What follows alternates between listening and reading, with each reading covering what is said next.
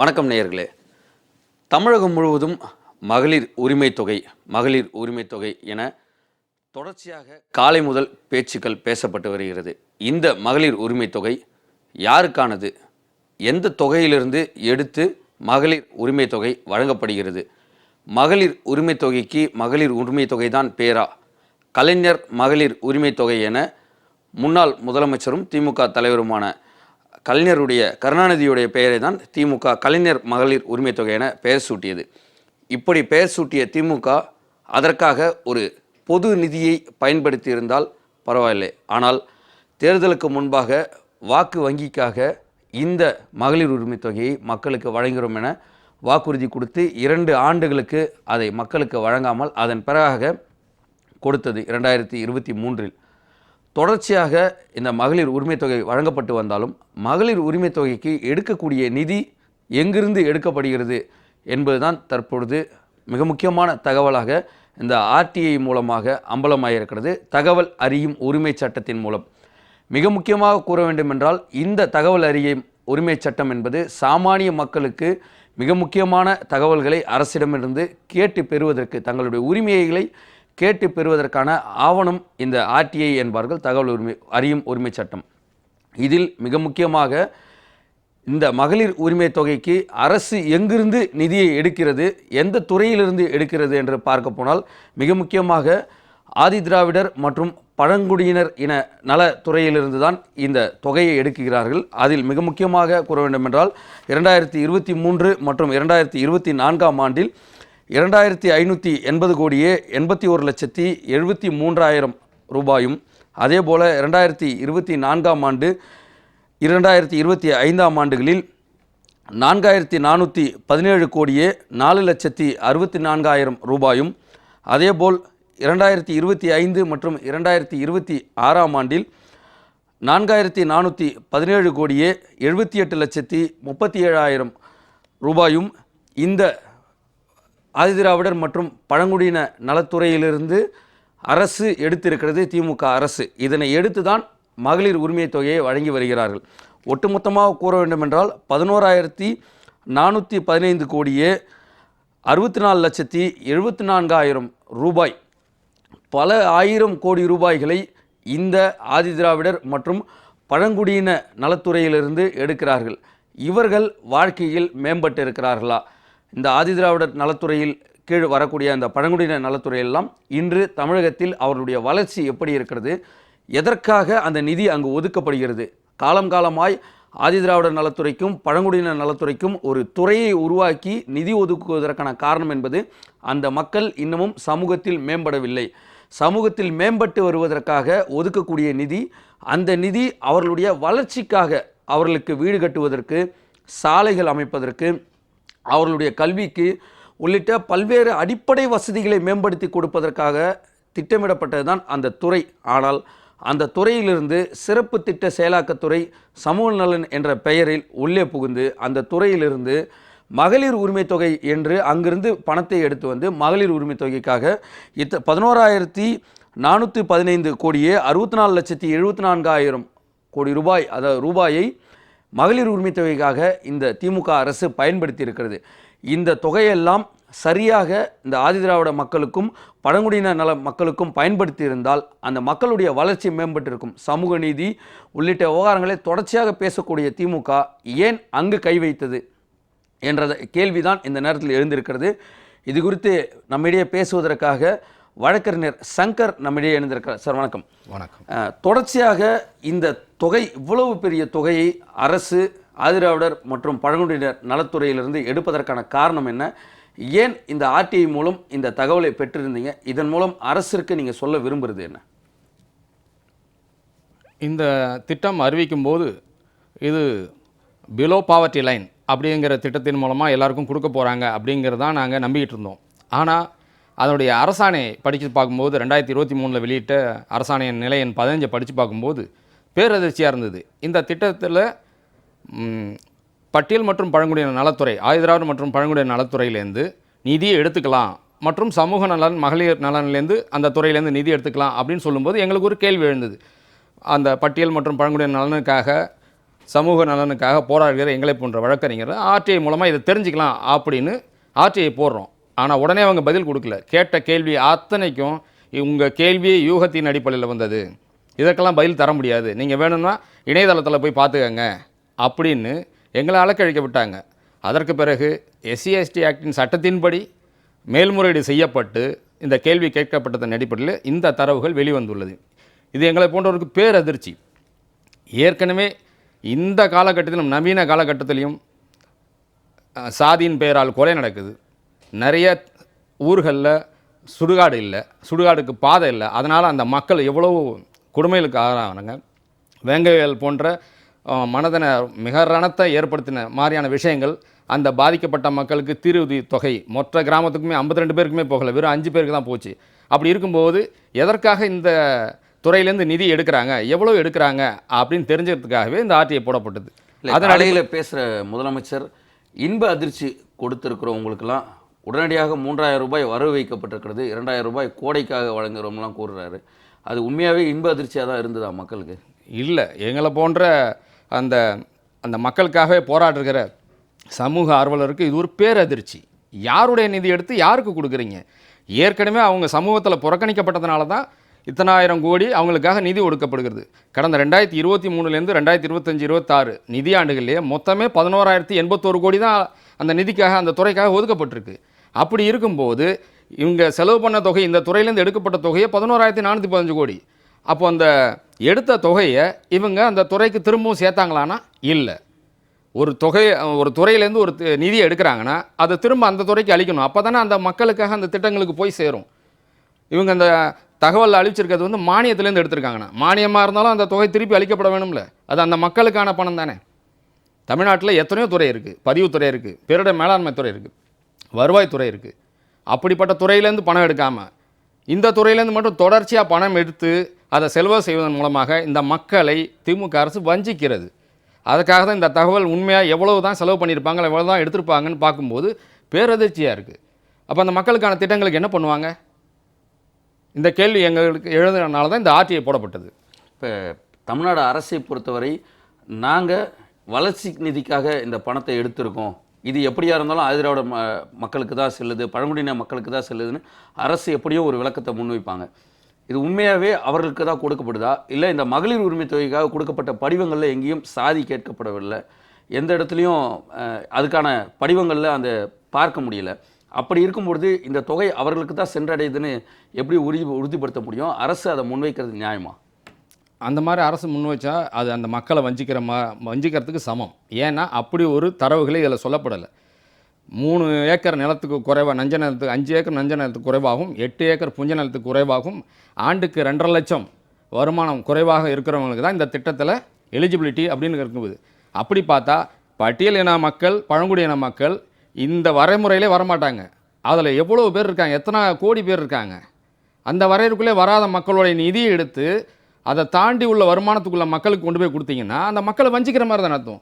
நீங்கள் சமூக நீதி பேசவே முடியாது, பேசவும் கூடாது. ஏன்னா இந்த அரசாணையில் இருக்கிற அந்த பொருளாதார தகுதிகளை நீங்கள் படித்து பார்த்தீங்கனாலே தெரியும், இது பட்டியல் மற்றும் பழங்குடியின மக்களுக்கு எதிரானது இந்த செய்கை. இப்போ தேர்தலுக்கு முன்பு கொடுக்கக்கூடிய அந்த வாக்குறுதிகளில் மிக முக்கியமாக இது மாதிரியான கவர்ச்சியான வாக்குறுதி கொடுத்து வாக்கு வாங்கி மீண்டும் ஆட்சி அமைக்கும் பொழுது ஒரு பொது நிதியை உருவாக்கி அந்த பொது நிதியிலிருந்து எடுத்து கொடுத்தால் அது சரி. ஆனால் அப்படி உருவாக்காம ஆதிராவிடர் மற்றும் பழங்குடியினர் நலத்துறையிலிருந்து எடுத்து கொடுத்துட்டு அதற்கு கலைஞர் மகளிர் உரிமை தொகைன்னு பேர் சூட்டிக்கிறத எப்படி பார்க்குறீங்க? இது முழுக்க நாடகம். ஏன்னா யாருமே கேள்வி கேட்க மாட்டாங்கிற துணிச்சல் அவங்களுக்கு வந்து போச்சு. ஏன்னா கூட்டணி கட்சியில் இருக்கிற முக்கியமான கட்சி விடுதலை சிறுத்தைகள் கட்சி, அவங்க கேள்வியை கேட்கலையே. அவங்க கேட்காமல் இருக்கிறதுக்கு என்னென்னலாம் செய்ய முடியுமோ அப்படி செஞ்சுட்டாங்க. நியாயமாக அவங்க தான் கேட்டிருக்கணும். 46 எம்எல்ஏ இருக்காங்க, தனி தொகுதி எம்எல்ஏ, 7 எம்பி இருக்காங்க, தனி தொகுதி எம்பி. இவங்க இன்னும் ஒன்று, இந்த திட்டத்தில் முக்கியமாக எந்த ஒரு திட்டம் கொண்டு வந்தாலும் SC/ST சட்டத்தின்படி ஒரு பாலிசி மேக்கிங் பட்டியல் மற்றும் பழங்குடியின மக்களுக்கு எதிராக இருக்கா இல்லையா அப்படிங்கிற கலந்தாய்வை அந்த மாநில ஆணையமோ இல்லை தேசிய பட்டியலின ஆணையத்திலையோ அந்த விவாதத்துக்கு வச்சிட்ட பிறகு தான் எந்த ஒரு திட்டத்தையும் நடைமுறைப்படுத்தணும். ஆனால் இந்த திட்டம் அவசரமாக வேங்கை வயல் விஷயத்தை மூடி மறைப்பதற்காகவே செய்யப்பட்டது. இது இந்த மக்களுக்கு எதிரானது. இது அந்த மக்களுக்காக போராடுற எல்லா அரசியல் தலைவர்களும் புரிஞ்சுக்கணும். இப்போ இதில் 11,415 கோடியே 64,74,000 ரூபாய் இதில் கிட்டத்தட்ட 11,415 கோடி இந்த தொகையை வைத்து இந்த பட்டியலின மக்கள், இந்த ஆதிராவிடர் மற்றும் பழங்குடியின மக்களுக்கு என்னென்ன மாதிரியான திட்டங்களை வழங்கியிருக்கலாம், அவங்களுடைய வாழ்க்கை எப்படி தரம் மேம்பட்டிருக்கும், இந்த 1000 ரூபாய் என்ற வகையில் அதை எடுத்து பிரித்து அனைவருக்கும் கொடுத்துருக்கிறத அது என்ன விதமான சமூகத்தில் ஒரு தாக்கத்தை உண்டு பண்ணும்? இது சமூக நீதி தானா? இது சமூக நீதி இல்லை, சமூக அநீதி. ஏற்கனவே வஞ்சிக்கப்பட்டிருக்கிற மக்கள் ஒன்றும் இல்லை, ஒவ்வொரு வாட்டியும் கொள்கை குறிப்பு அந்த அந்த ஆதிதிராவிட நலன் மற்றும் பழங்குடியின நலத்துறையில் இருக்கிற கொள்கை குறிப்பில் குறிப்பிடுவாங்க. ஒவ்வொரு ஆண்டும் அந்த மக்களுக்கான தீர்வு உதவித்தொகை, வன்கொடுமையால் பாதிக்கப்பட்டவங்க, பென்ஷன் வாங்குறவங்க மற்றும் வீடு இழந்தவங்க, கலவரத்தில் வீடு இழந்தவங்க, இந்த மாதிரியான நபர்களுக்கெல்லாம் எவ்வளவு கோடி ரூபாய் அலாட் பண்ணிடுறாங்க? குறைஞ்சது 100 கோடி வருது. ஒவ்வொரு வருஷமும் அந்த ஆண்டு 100 கோடி ரூபா கொடுத்துட்ருக்குன்னா எங்கே சமூக நீதி காக்கப்படுது? அந்த மக்கள் இன்னும் வஞ்சிக்கப்பட்டுட்டு தானே இருக்காங்க. சரியான சாலை கிடையாது, அவங்களுக்கு குடிநீர் வசதி கிடையாது, போராடின அடி, எத்தனை சட்ட ஒழுங்கு பிரச்சனை அவங்க சந்திக்கிறாங்க. ஒரு வன்கொடுமை நடந்துச்சுன்னா அவங்க போய் காவல்துறையில் வழக்கு போடுறதுக்கு ஒரு பெரிய அரசியல் கட்சி வந்து போராட்டம் நடத்தணும். அதுக்கு பிறகு தான் அது கூட கெஞ்சி கூத்தாடி வேறு கட்சியினர் வரணும், அந்த சமுதாயத்தை சார்ந்த கட்சியினரே வந்து அவங்கள்ட்ட வந்து முறையிடணும். பல இடங்களில் போராட்டம் நடக்கும், அதுக்கு பிறகு தான் வழக்கு பதிவாங்க. இதை விட ரொம்ப கொடுமை, சட்டப்படி எந்த ஒரு வன்கொடுமை வழக்கு பதிவு செஞ்சாலும் 7 நாளில் தீர்வு தொகையை கொடுக்கணும்னு இருக்குது. இது வரைக்கும் தமிழ்நாட்டில் அப்படி ஒரு நிகழ்வு நடந்ததே இல்லை. ஏன்னா வேங்க நிகழ்வுலாம் நீங்கள் நல்லா பார்த்துருப்பீங்க. முதலமைச்சர் சட்டமன்ற அவை குறிப்பிலே வச்சுருக்காரு, அந்த கிராமத்து மக்கள் 52 பேரும் மலம் கலந்த குடிநீரை குடித்தாங்கன்னு. அப்படி பார்த்தா அந்த 52 பேரும் தானே விக்டிம். எஃப்ஐஆரில் இருந்த 5 பேருக்கு மட்டும் தீர்வு தொகுத்துட்டு அந்த விஷயத்தை இன்றைக்கு வரலையும் மூடி மறைச்சாங்களே.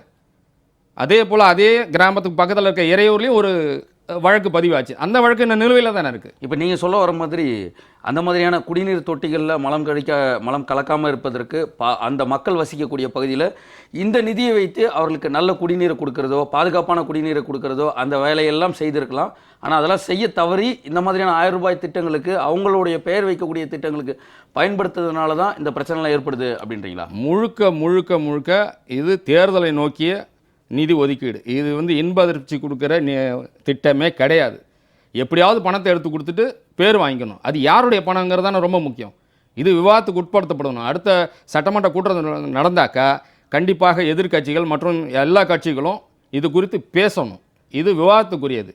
ஒரு சமுதாயத்தில் இன்னும் அடிமட்டத்தில் இருக்கிற மக்களுக்காகவே ஒதுக்கப்படுற நிதி சாதாரண நிதி கிடையாது. கிட்டத்தட்ட 11,415 கோடிங்கிறது எவ்வளோ மக்களுக்கு போய் சேர்ந்துருக்கும், எத்தனை கல்வி திட்டத்துக்கு சேர்ந்துருக்கும், எத்தனை சாலை திட்டத்துக்கு சேர்ந்துருக்கும்.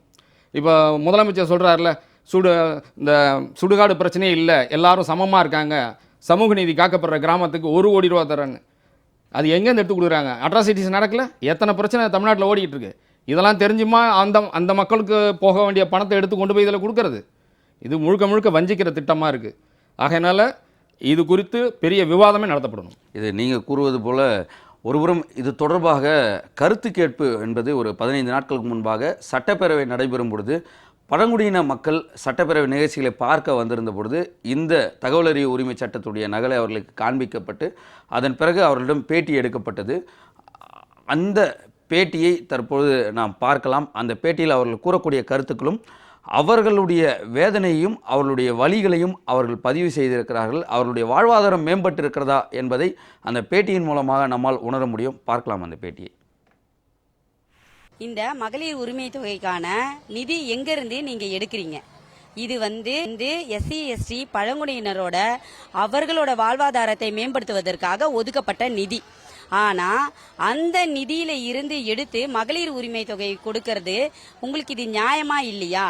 அப்போ பழங்குடியினரோட வாழ்வாதாரத்தை மேம்படுத்துவேன் அப்படின்னு உறுதிமொழி கொடுத்துட்டு இன்னைக்கு அந்த மக்களுக்கு அநீதியை இழைக்கும் விதமா அவர்களோட நிதியில இருக்கிற அந்த தொகையை எடுத்து மகளிர் உரிமை தொகைன்னு எல்லாருக்கும் பகிர்ந்து கொடுக்குறீங்களே, இதற்கான அதிகாரத்தை யார் உங்களுக்கு கொடுத்தது? அப்போ ஒடுக்கப்பட்ட மக்களாகவே இருக்கணுமா? எங்களை வந்து இன்னும் நீங்க பழங்குடியினர், எஸ்சி எஸ்டி நாங்கெல்லாம் கீழே இருக்கிறவங்க, நாங்க வந்து மேல வரக்கூடாதுன்றதுல நீங்க தெளிவா செயல்படுறீங்களா? அப்ப எங்களை வந்து நீங்க ஒரு மக்களாகவே நீங்க கருதாதனால்தான் எங்களுக்குன்னு ஒதுக்கப்பட்ட அந்த தொகையை எடுத்து சமூக அநீதியை இழைச்சிருக்கிறீங்க. இது நியாயமா? மாநில அரசு மத்திய அரசு எங்களுக்கு கொடுக்க நிதி வந்து எங்களுக்கு வந்து சேர்றது கிடையாது. ஏன்னா அது முழுமையாக எங்களுக்கு வந்து சேர்றது கிடையாது. அதனால் எங்களுக்கு வரக்கூடிய அந்த நிதி வந்து எங்களுக்கு முழுமையாக சேரணும். பழங்குடியினர் மக்களுக்கு முழுமையாக சேரணும். கண்டிப்பாக செலவு பண்ணணும். முழுமையாக எங்கள் பழங்குடியினர் மக்களுக்கு தான் செலவு பண்ணணும்னு கோரிக்கை வச்சுக்கிறேன். ஒதுக்குற நிதி வந்து எங்கள் பழங்குடியினர் மக்களுக்கு முழுமையாக வந்து சேரணும். முழுமையாக வந்து சேர்றது கிடையாது. அரசாங்க திட்டம் வந்து முழுமையாக எங்களுக்கு சேர்றது கிடையாது. இப்போ வீடு கட்டி கொடுத்தாலும் அது பழுதடைஞ்ச நிலையை தான் 1 வருஷத்துக்கு 2 வருஷத்துக்குள்ளே ஆயிடுது. முழுமையாக எங்களுடைய நிதி வந்து முழுமையாக அந்த மக்களுக்கு சேர்ந்துச்சுன்னா நல்லபடியாக அந்த வீடு முழுமையான ஒரு வேலை முடிஞ்சு அது கம்ப்ளீட் ஆகும்போது நல்லாயிருக்கும். கூலி வேலைக்கு போனால் 200 கூலி தான் கிடைக்கும். அந்த கூலி எடுத்து நாங்கள் பிள்ளைங்களுக்கு உடுப்பு வாங்க முடியாது, எங்கள் வீட்டு செலவு பார்க்க முடியாது. அப்படிப்பட்ட சூழ்நிலையில் நாங்கள் வாழ்ந்துட்டுருக்கோம். ஆனால் பிள்ளைங்களுக்கு படிக்க போகும்போது கொடை எல்லாம் அப்படியெல்லாம் பிள்ளைங்களுக்கு இருக்குது. ஆனால் அது ஒன்றும் பிள்ளைங்களுக்கு கிடைக்கல. ஆனால் ஒரு நாள் பிள்ளைங்க ஸ்கூலுக்கு போவாங்க, ஒரு நாள் போக மாட்டாங்க. அந்த நிலையில் இருக்காங்க. ரோடு வசதி எங்களுக்கு வேணும். குடிநீர் இல்லை. இந்த பாத்ரூம் அது ஒன்றும் எங்களுக்கு இல்லை. ஒரு மேட்டில் போகணும். ஒரு அம்மா உடம்பு முடியாமல் இருந்தால் அதே தூக்கிட்டு போகணும். கரண்ட் இல்லை. ஆஸ்பத்திரிக்கு போக முடியாது. ஆஸ்பத்திரிக்கு போகிறதுக்கு வண்டி இல்லை.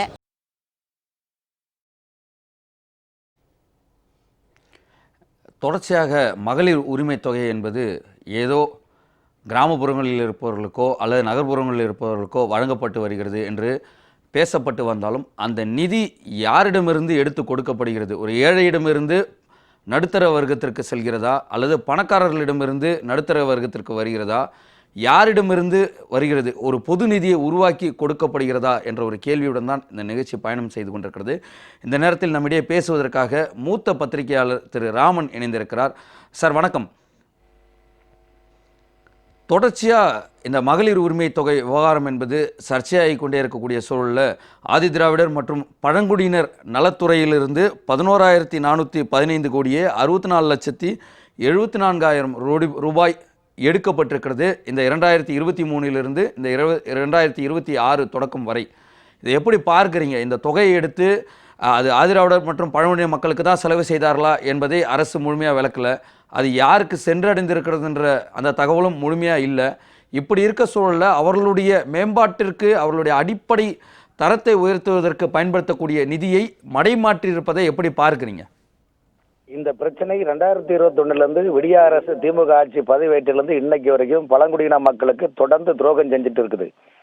தமிழ்நாட்டை பொறுத்த வரைக்கும் நம்முடைய பெருந்தலைவர் காமராஜர், எம்ஜிஆர், புரட்சித் தலைவர் ஜெயலலிதா அம்மாவெல்லாம் ஏழை எளிய மக்களுடைய எப்படிலாம் திட்டங்களை கொண்டு வருவாங்களோ அதே போலதான் ஆதிதிராவிடர் நலத்துறை மக்கள், பழங்குடியின மக்கள், மலைவாழ் மக்களுக்கு மத்திய அரசும் மாநில அரசும் இணைந்து பல்லாயிரம் கோடி நிதிகளை ஒதுக்கி அவருடைய கல்வி வளர்ச்சிக்கும் வேலைவாய்ப்பு திட்டத்திலும் அதிகமாக செயல்படுத்தி வந்தார்கள். ஆனால் திமுக ஆட்சியில இன்னைக்கு எப்படியாவது 2026 ஜெயிக்கணும், தேர்தலில் வெற்றி பெறணுக்காக பாத்தீங்கன்னா அப்பாவே அந்த ஏழை எளிய மக்கள், பட்டியலின மக்களுடைய ஒதுக்கீடு செய்யக்கூடிய தொகையில 2023 2024 இதே மாதிரிதான் பண்ணி ஏமாத்திருக்காங்க. 2022 2026 ஆண்டுக்கான தொகையும் கூட பண்ணி அப்படி மொத்தம் 11,415 கோடியே 64,74,000 ரூபாயா அந்த தொகை அவங்களுக்கு அந்த பட்டியலின மக்களுக்கு ஒதுக்கீடு செய்யக்கூடிய தொகை எடுத்து இன்னைக்கு மகளிர் உரிமை தொகை கொடுத்துருக்காங்கன்னா இதை விட பித்தலாட்டம் என்னத்தை போய் சொல்ல முடியும்? இந்தியாவிலேயே அதாவது ஒவ்வொரு துறைக்கும் ஒதுக்கீடு செய்யப்பட்ட தொகையை இவங்க அதுலயும் குறிப்பாக பட்டியலின மக்கள்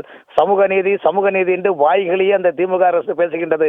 ஆளந்தை அதாவது இவ்வளவு மோசமான ஒரு இது இந்தியாவில் எந்த மாநிலத்திலும் இந்த மாதிரி ஒரு துறைக்கு ஒதுக்கீடு செய்யக்கூடிய நிதியை அதை கையகப்படுத்தி அதை இன்னொரு இதுக்காக ஓட்டுக்காக ஒரு பித்தலாட்ட விஷயங்களை தமிழ்நாடு அரசு தொடர்ந்து செயல்பட்டு இருக்குது. இதுல ஒரு மோசமான ஒரு நிலைப்பாடு. இதுக்கு முன்னால இருந்த ஆண்டவர்கள் எம்ஜிஆர் இப்படி பண்ணல, ஜெயலலிதா அம்மா இப்படி பண்ணல, யாருமே இந்த மாதிரி பண்ணல. அந்தந்த துறைக்கு ஒதுக்கீடு செய்யப்பட்ட நிதிகளை ஒழுங்காக ஒதுக்கீடு செய்து அதை தணிக்கை ஆய்வு செய்து தணிக்கை துறையுடைய பாராட்டுதலையும் பெற்றது அதிமுக அரசு. ஆனால் திமுக அரசு எதை பற்றியும் கவலை இல்லை என்பது, எதை கண்டு பயமும் இல்லை, எதை பற்றியும் கவலை இல்லை என்ற ஒரு நிலைப்பாடு, கைப்புண்ணுக்கு கண்ணாடி தேவையில்லை என்ற ஒரு நிலைப்பாடு தான் இன்று பட்டியலின மக்களுக்கு மேம்பாட்டிற்கு ஒதுக்கீடு செய்யக்கூடிய நிதியை கையகப்படுத்தி அதை மகளிருக்கு உரிமை தொகை என்று கொடுத்து மக்களை ஏமாற்றி நாங்கள் 2.5 கோடி குடும்பத்திற்கு நாங்கள் பணத்தை கொடுத்து விட்டோன்னு அவர் காலிலிருந்து இனிப்பு கொடுத்து மக்களை ஏமாத்துறாங்க. இது மக்களுக்கு வெளிச்சம் போட்டு காட்டியது. தகவல் தகவல் உரிமை சட்டத்தில் காட்டி இது அம்பலமாக்கி இருக்காங்க. அதை ஜெயபிளஸ் தொடர்ந்து இன்னைக்கு வெளிச்சம் போட்டு இருக்குது. காரணம் வந்து இன்னைக்கு மக்களுடைய உண்மை, இந்த தமிழ்நாட்டுடைய இந்த விடியாரசை நம்பி மக்கள் சொல்லலா துயரங்களை அனுபவித்துக் கொண்டிருக்கின்றார்கள். அதை எப்படிலாம் ஓட்டு வாங்க வேண்டும், எப்படிலாம் ஏமாற்றலாம், எப்படி பத்திலாட்டம் செய்யலாம், எப்படி ஏமாற்றலாம் என்ற ஒற்றை இலக்கை நோக்கி பயணிக்கக்கூடிய இந்த விடியா அரசு ஒரு எப்படி ஏமாற்றுகிறது என்பது பட்டியலின மக்களுக்கு ஒதுக்கீடு செய்யப்பட்ட தொகையை கொடுத்தது இதுவே ஒரு சாட்சி சார்.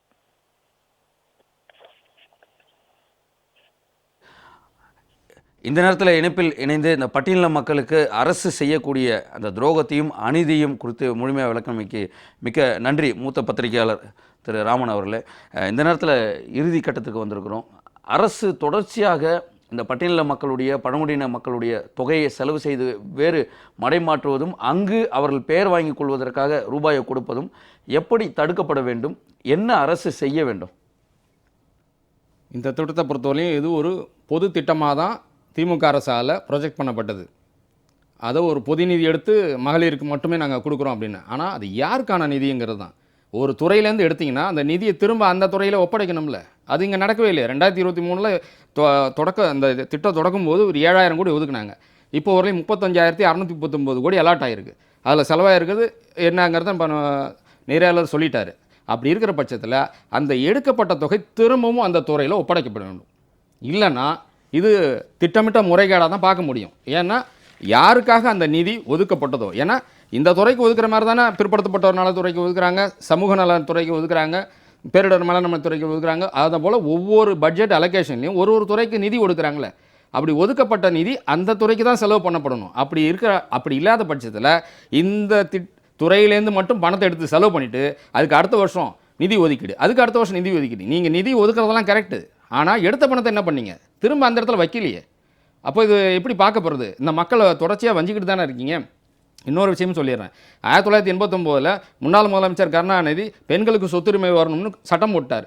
அப்படி பார்த்தா இன்றைய காலகட்டத்தில் பட்டியல் மற்றும் பழங்குடியினர் மலைவாழ் மக்கள் மட்டுமே நில உரிமை இல்லாமல் பல லட்சம் பேர் இருக்காங்க. அப்படி நிலமே இல்லாதவங்களுக்கு உண்மையிலே யாருக்கு போய் சேரணும்னா இந்த மக்களுக்கு மட்டும்தான் அந்த போய் நிதி சேரணும். ஆனால் இங்கே க்ரைட்டீரியா 5 ஏக்கர் நஞ்ச 8 ஏக்கர் பொஞ்ச அதுக்கு குறைவாக உள்ளவங்களுக்கெல்லாம் இந்த உரிமை தொகை போகுதுன்னா இங்கே உண்மையிலே வஞ்சிக்கப்படுறது யாரானா பட்டியல் மற்றும் பழங்குடியினர் தான். அவங்கள வஞ்சித்துட்டும் நீங்கள் மீண்டும் அவர்களுக்கான ஒதுக்கப்பட்ட நிதியுமே எடுத்து திரும்ப அவங்க பணத்தை எடுத்து அவங்களுக்கே கொடுக்குறீங்களே, இது சமூக அநீதி. ஆகையினால இதை வன்மையாக கண்டிக்கிறோம். இந்த திட்டம் குறித்து வருகின்ற சட்டமன்ற கூட்டத்தொடரில் பெரிய விவாதம் நடத்தப்பட வேண்டும். அந்த திட்டத்திலேருந்து எடுத்த அந்த 11,451 கோடியை திரும்ப அந்த துறைக்கே செலுத்தணும் அப்படின்னு நான் கேட்டுக்கிறேன். இந்த நேரத்தில் இந்த ஆர்டிஐ தகவல் தான் முழுமையாக அம்பலத்திற்கு வெளிவருவதற்கான மிக முக்கியமான தடயமாக இருந்திருக்கிறது. அரசு தொடர்ச்சியாக இந்த பட்டியலின மக்களை தொடர்ச்சியாக வஞ்சிக்காமல் அவர்களுடைய வளர்ச்சி இன்னமும் பெருவாரியான பகுதிகளில் சுடுகாடுகளுக்கு இல்லை, சுடுகாடுகளுக்கு செல்லக்கூடிய பாதைகள் இல்லை, கல்வி நிலையங்கள் அந்த கிராமப்புறங்களில் இல்லை, இன்னமும் மருத்துவமனையை தேடி பல கிலோமீட்டர் நடந்து வர வேண்டிய தேவை இருக்கிறது.